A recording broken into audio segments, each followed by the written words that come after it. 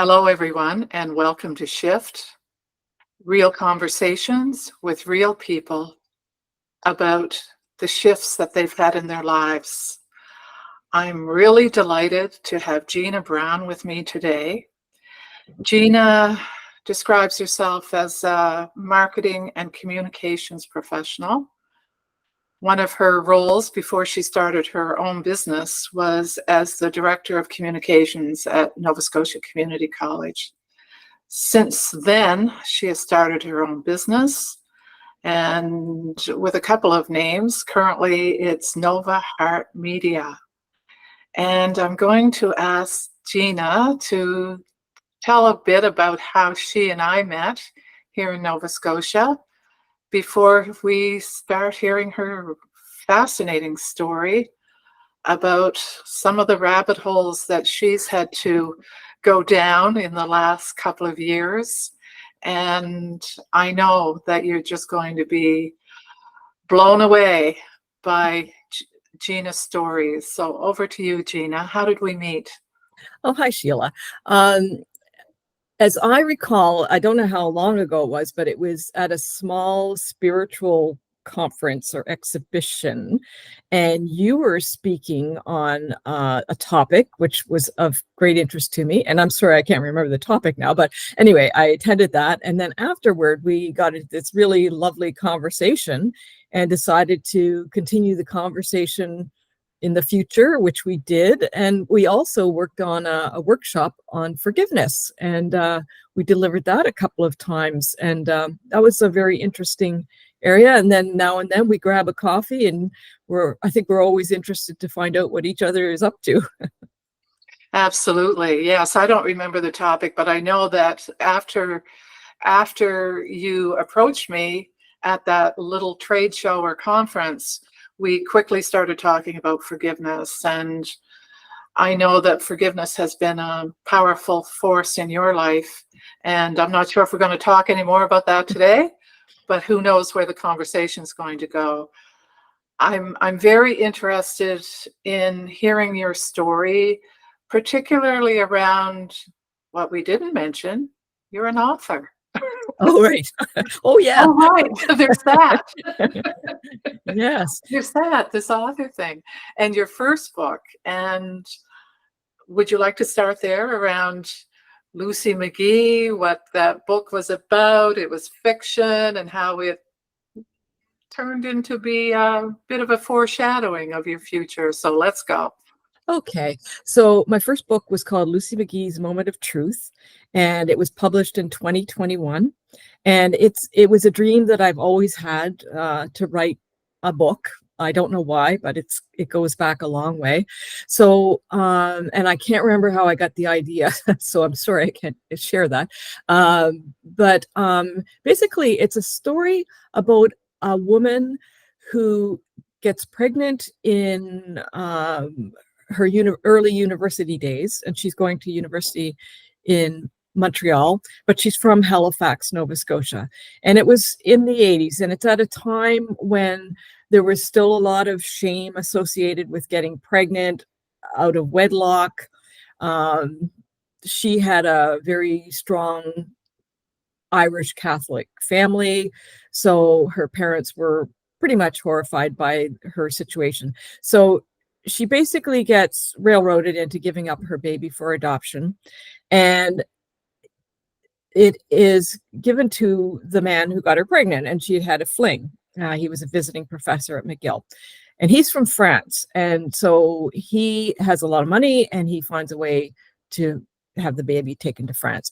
So she basically parks that part of her life and moves on. She finishes her university degree. She moves back to Nova Scotia. She meets someone and she moves on. So she doesn't share that past with her husband or her children. And her life is fine, and she has a great life until about 25 years later, she gets a message out of the blue that her son, he has a kidney issue, and he will not survive without a kidney donation. And his adoptive mother is desperate to save him, of course. And she despises Lucy because Lucy had an affair with her husband, who's now dead. But she has to get in touch. And so Lucy realizes that she's probably the only one who can save him, because they had tried to reach out to a lot of family members. So she has to wrestle with this very complicated situation whereby she wants to donate a kidney to her beloved first son, but by then her family's grown up and she hasn't shared that with anyone.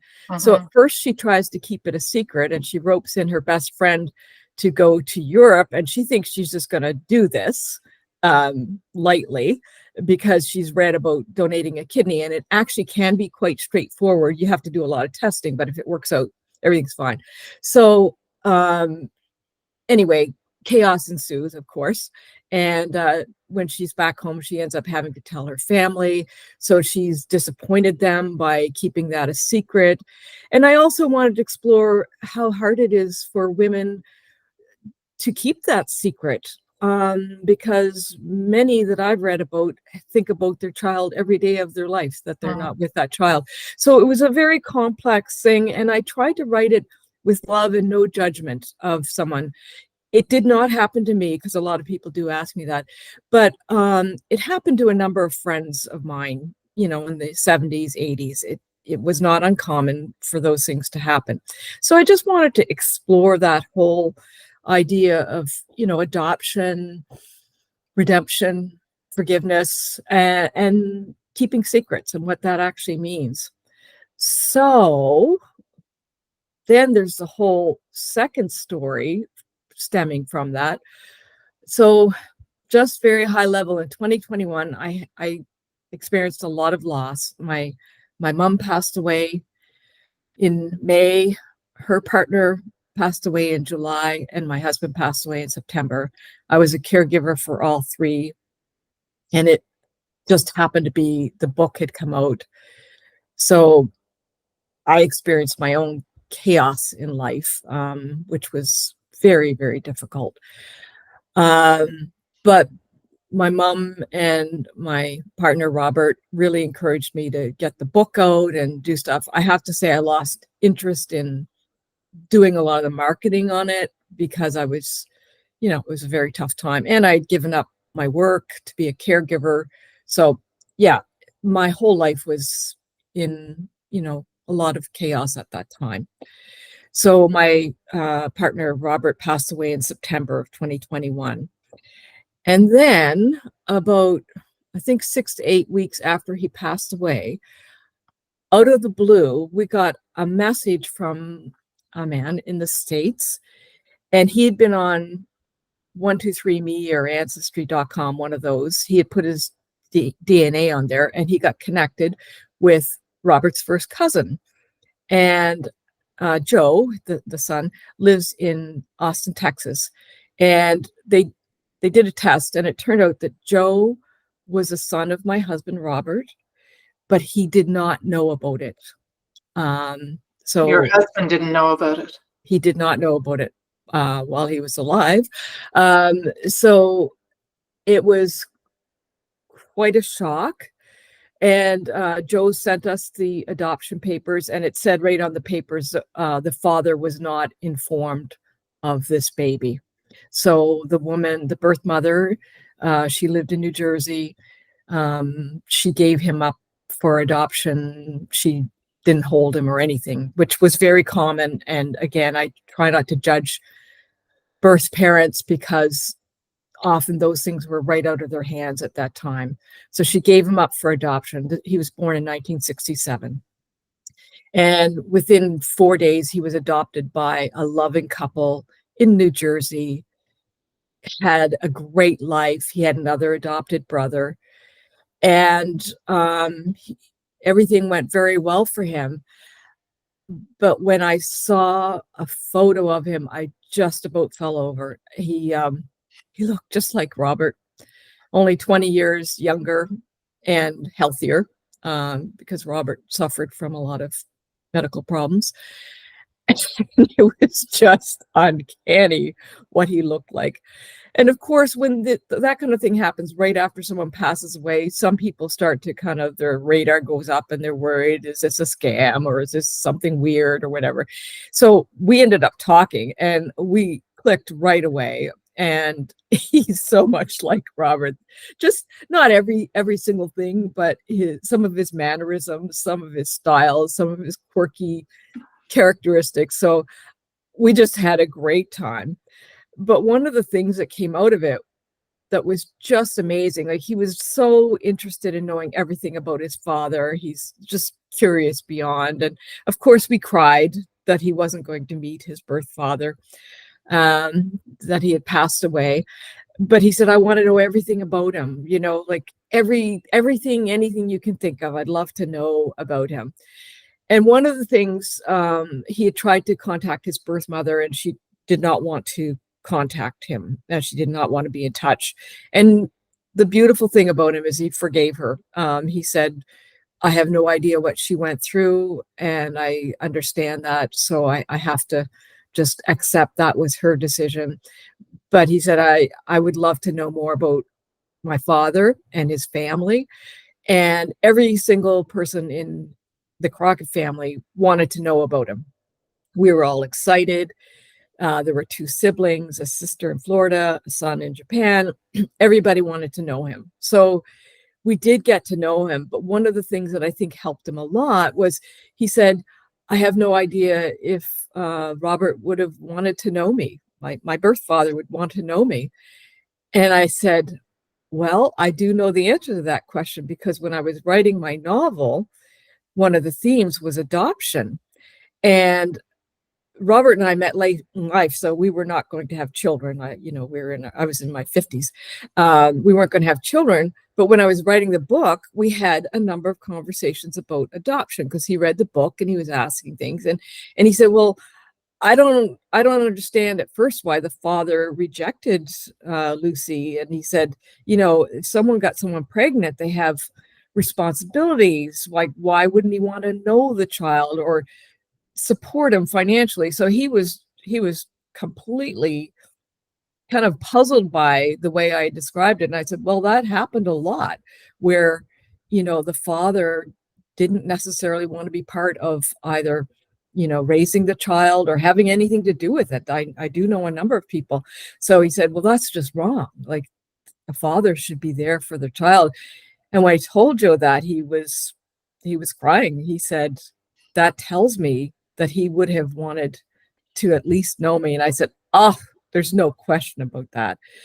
First of all, I don't think he would have been embarrassed by the fact that his girlfriend or whatever she was at the time got pregnant. He might have said, well, whoops, or, whatever, but he would have dealt with it. And if the child was being given up for adoption, I think he would have wanted to know how it went and would have wanted to know that he had a good life. And then as an adult, hopefully get to know him. So that gave Joe great comfort. So we've been in touch a lot. We every couple of months or month or whatever. And he's been to Nova Scotia to visit a couple of times and did the rounds to see, where Robert lived, what his life was like. So it was quite an incredible story. It is an incredible story. And you talked about stories in the UK about adoption, and this is TV worthy, Gina. Yeah, This is a story that I know I'm blown away every time I hear you tell this story. It's so filled with foreshadowing and love. Like, this is a story of love. Yeah. And the mess that can evolve out of love. And I know you've told me about how you met Robert, and I think you also call him Buzz. Yes, that's his nickname. And I'm old enough, I remember Buzz's father being on TV, Victory Garden, I think it was. Crockett's Victory Garden, it was called. Crockett's Victory Garden from Boston. So as soon as I heard the name Crockett, I thought, wow, And why I would remember that, I have no idea, because I was just, I was just still in diapers, let's say. That's a joke, everybody. So how did you and Buzz meet? How did you and Robert Crockett meet? Because We met online.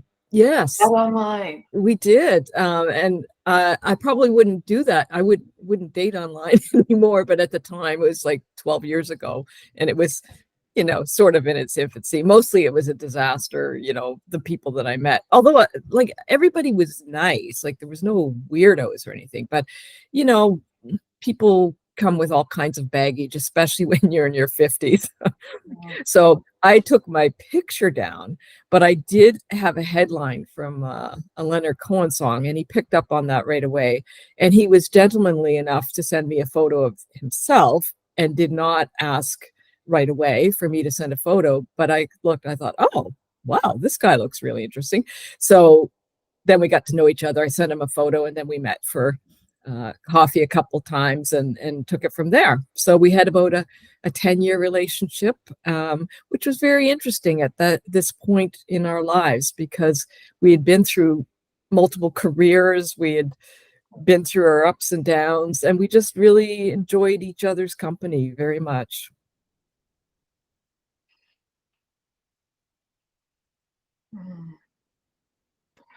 So had either of you been married before?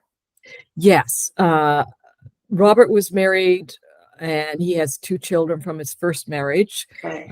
And then he had the son Joe that he did not know about. And then I was married in the 90s. No children from it. Okay. Yeah. Cool. Well, again, just an amazing story how that all came together, and it's so wonderful that you had this wonderful relationship, and short-lived. Yes. Yes, I'm sure you think about him every day and wish that you had even more time with him. Yeah. And I know you helped him write a book as well. Right. Yes. That's kind of a legacy that you helped him leave before he knew that he was getting ill, I think. No, he was quite ill by that point. He Okay. had known for a long time that he had cancer, but yeah. Yeah. But I think he wanted to try and squeeze this out before it was too late. So Yes. that's what I helped him do. Yes. So you're definitely an author now, because you're starting another book. Well, you're not starting, you're launching another book. So tell us about that one. Well, there's another interesting story, another rabbit. I could rival Alice in Wonderland with the rabbit holes in my life, but so this one's called the Sugar Bowl Feud. And it's, again, like Lucy, it's set in Nova Scotia, but this time in a fictional town, Danbyville, Nova Scotia. And it's about a family of 4 siblings who have recently lost their mother. And they are now trying to cope and deal with loss, grief, and settling the estate. And as many people know, when settling an estate, and you're, influenced by grief, things can get very complicated, can get very testy, and sibling rivalry can reemerge, and sibling roles in the family, as well as, place in the family, youngest, oldest, middleest, So this is about a family. And so there were 3 siblings from the first marriage, and the siblings are all in their 40s. The 3 siblings are in their 40s. And then there was another sibling who was born to a different father 13 years later. So she's much younger, and she has quite a sense of entitlement, whereas the other 3 had grown up in abject poverty. So, of course, their values clash, their temperaments, their characteristics. So what starts out as them just simply trying to settle an estate turns into, a pretty big family to do that culminates at a very tense funeral service. And so it's not based on my family. I did lose family, but we happen to have I happen to have siblings and stepchildren who all get along extremely well. However, when I was dealing with it, I kept hearing from friends telling me their stories, and they're incredible, the stories, because everything gets amplified when you're Mhm. in grief. So if you have issues from your childhood, those probably are going to rise to the surface and become quite amplified if you're trying to deal with things, especially in a state. There's a lot of frustrations, there's a lot of stops and starts, there's long waiting periods. There are people who don't understand the process or have very high expectations of how fast it's going to be settled or how much money they're going to get or not. So it basically took on that whole theme around family dynamics, keeping families together, some forgiveness, some not. So that's what I decided to explore. And I probably talked to about 100 people, Wow. um, because every time it came up, if I was in a group, without exception, every time I heard one story, 4, 5, 6 people would then tell me theirs. And it just kept going. I was even in a store one day and I bumped into a friend and she said, "Oh, I heard you got a book coming out. What's it about?" And when I told her, 2 customers came over and said, "Have I got a story for you?" And they were from Cape Breton and they were very funny. And it just went on and on. So what I did is I kind of grouped the stories I heard by themes. So it was either, the funeral service, settling the estate, scattering ashes. I heard no end of stories about scattering ashes. And I just kind of created amalgam characters and situations. So, pretty much everything happened with the exception of one thing, but I changed it so much, but the basis of it actually happened. So almost everything is true, but it's not based on any person at all. It's just like 4 or 5 people would tell me their stories, and then I'd sort of merge that into one story. So made sure all details had changed, and so it doesn't depict any one person. Well, I think the title is brilliant. Thank you. The Sugar Bowl Feud, because I think it speaks to the almost insanity that can arise over something like a sugar bowl. Exactly. I haven't read your book yet, but I'm sure that that's what it's about, that It is. all this chaos arises or erupts because somebody wants the sugar, more than one person wants this sugar bowl, which in and of itself is probably not worth very much money. You've got it exactly. So Yeah. the oldest, Courtney, is the executor, and she asks everybody to go into their mother's house and pick out something that means something special to them. And the others say they don't care, they don't bother. This happens quite a bit. So they're in the house looking around at the end. So Courtney, the executor, says, "Oh, well, then I would like to have this sugar bowl." And all their heads turned and they remembered, like, "Oh, our sugar bowl from our childhood." And suddenly all 4 of them want it. And that's when the battle lines are drawn. And you're absolutely right. It was not worth much money at all, but it's the emotion that's packed into that.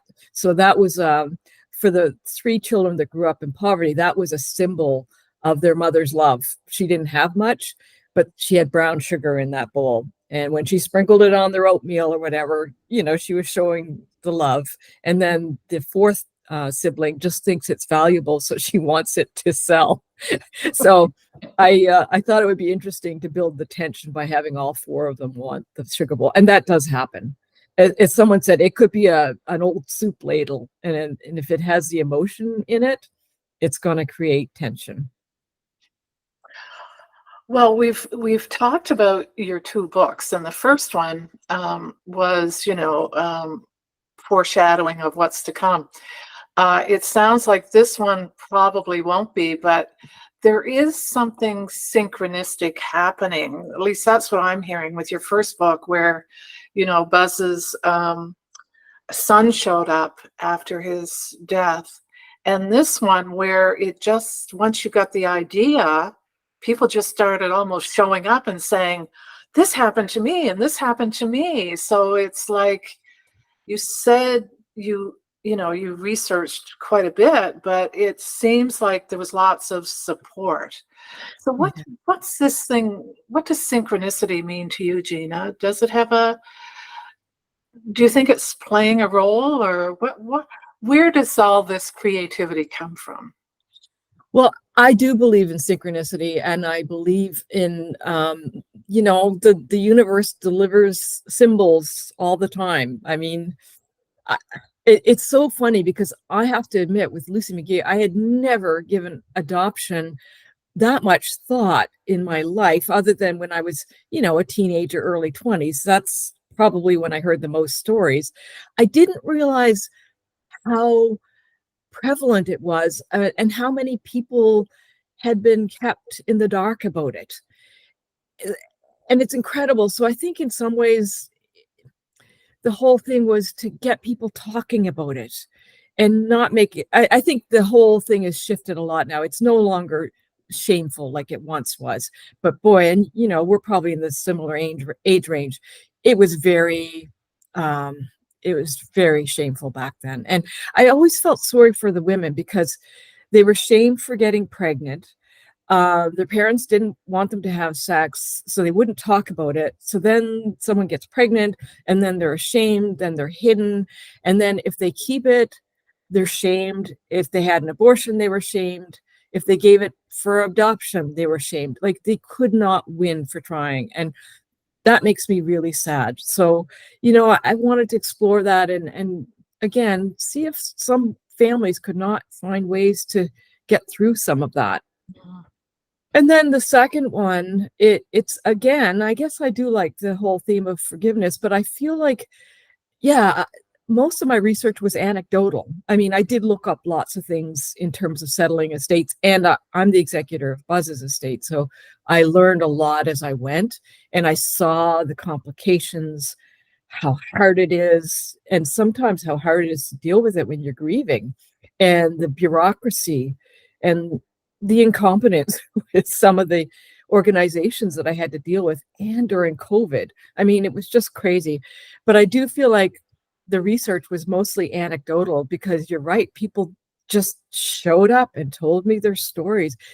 And what I realize is there are a lot of people who want to talk about this, but it is not talked about, because again, people feel shame saying, oh my gosh, my family was just crazy. Like, you know, and I can't believe so and so behaved that way. There's still grudges going on. There were people that started telling me their story, and they became very agitated. And then I said, so what was the row about? And then they couldn't remember, but they remembered how they felt 10, 15, 20 years later. And that's so sad to me. So there are a lot of people not speaking. So I guess maybe I'm hoping this one was delivered so that, again, maybe some families can find a way to move forward and not be hung up on that. And it does make me sad when people do get their families are disrupted or broken up over it. And it does happen. It's very surprising. Well, it's not surprising to me. I have a story I could tell. I'll Oh, tell you great. offline. Please. And yes, I think there's a beautiful theme developing around forgiveness and healing and moving forward and getting beyond the woundedness of it. So I definitely don't want you to give away the ending of the Sugar Bowl Feud. I can't wait to read it and see if there is any healing and resolution with these women who, from love for their mother, and again, this is probably another theme in it, their mother would be probably not wanting this to happen. Oh, I mean, it comes up a lot. So the oldest is Courtney, and then there's a pair of twins, Brando and Brandy, a guy and a female, and they're kind of a voting block, like they're one unit. And then Mona is the millennial. So yeah, they all say that mom would have been just appalled because she put family above everything else. So, oh, and I just remembered there's another synchronistic thing in this book. and I don't want to give it away because I don't want to give it away, but I will tell you just more as a teaser that one part of the book I had written, and then I happened to go to Japan last November. And while I was there, I learned something that was just amazing. And I went back and rewrote a section of the book to align with what I learned in Japan. I put something in the book that I had no idea existed. I completely made it up.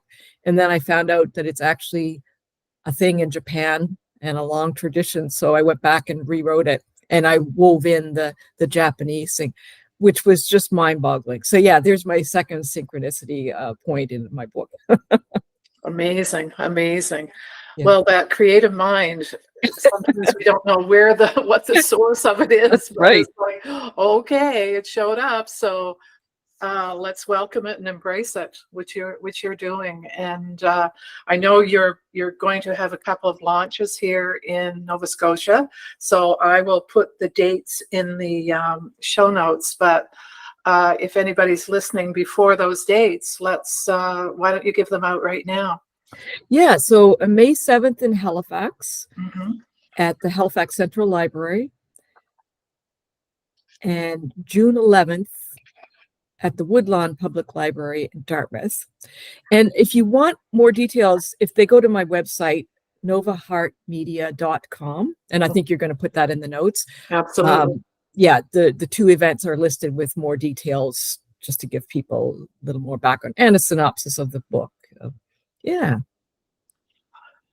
Thank you, Gina. Is there anything else coming into your creative mind that you'd like to add? No, it's amazing how much got packed into the last few years.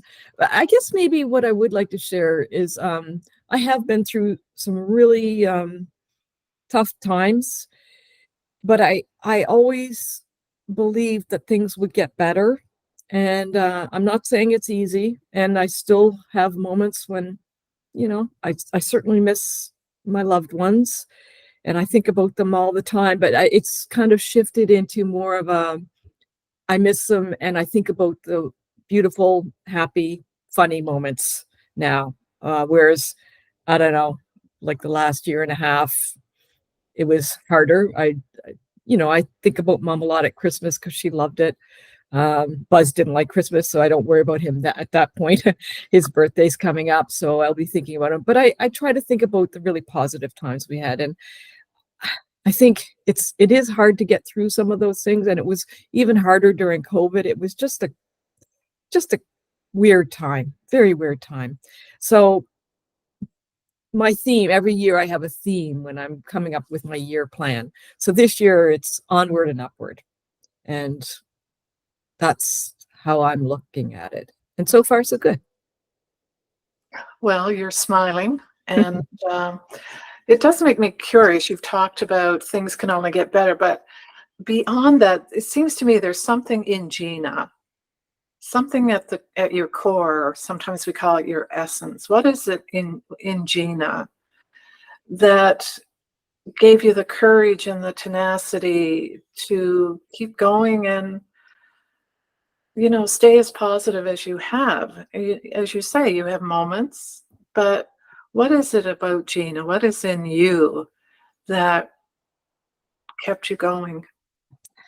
Well, I would credit my parents a lot. I know you had wonderful parents too. I was very fortunate. I grew up in a household. I have two sisters and a brother. I was loved. Back then, people didn't state that often, but I felt it. And so I had a very strong foundation when I was growing up. So I felt secure, even though we ended up moving a number of times because of situations, and we did go through some challenges, but I always felt loved and secured. And my dad was very optimistic. Maybe I got some of that from him. My mother was very strong. She was a mental health nurse when she worked, and she was a very strong person. So I probably got a little bit from each of them to kind of help see me through. And then I have a very strong network of family and friends, and very loving friends And, you know, it's everything from writing groups, fitness, you name it. And so I guess I feel lucky, and I always felt like I could turn to people at times when I felt a little bit overwhelmed or whatever. And I did. I mean, I don't think there's any getting around that. If you are grieving people and you love them, you have to allow it. It's going to happen. And I do feel sad when people don't grieve or tell me they're not grieving, because I know they are. It's just, even if you say you aren't, you are in your own way, and it can be tough if you're trying to deny it. So. Well, that says it all. That says it all. That, yeah, you have community, you had a loving family, and that's the core of what gives you strength. Yeah. Yeah. Yeah. And I needed every ounce of it. Yes, and I'm sure there's many other details that you haven't shared. And so I appreciate you sharing what you have. And I'm just very, very touched by your story and your resilience and your courage. So thank you so much, Gina. Thank you. All the best. Thank you.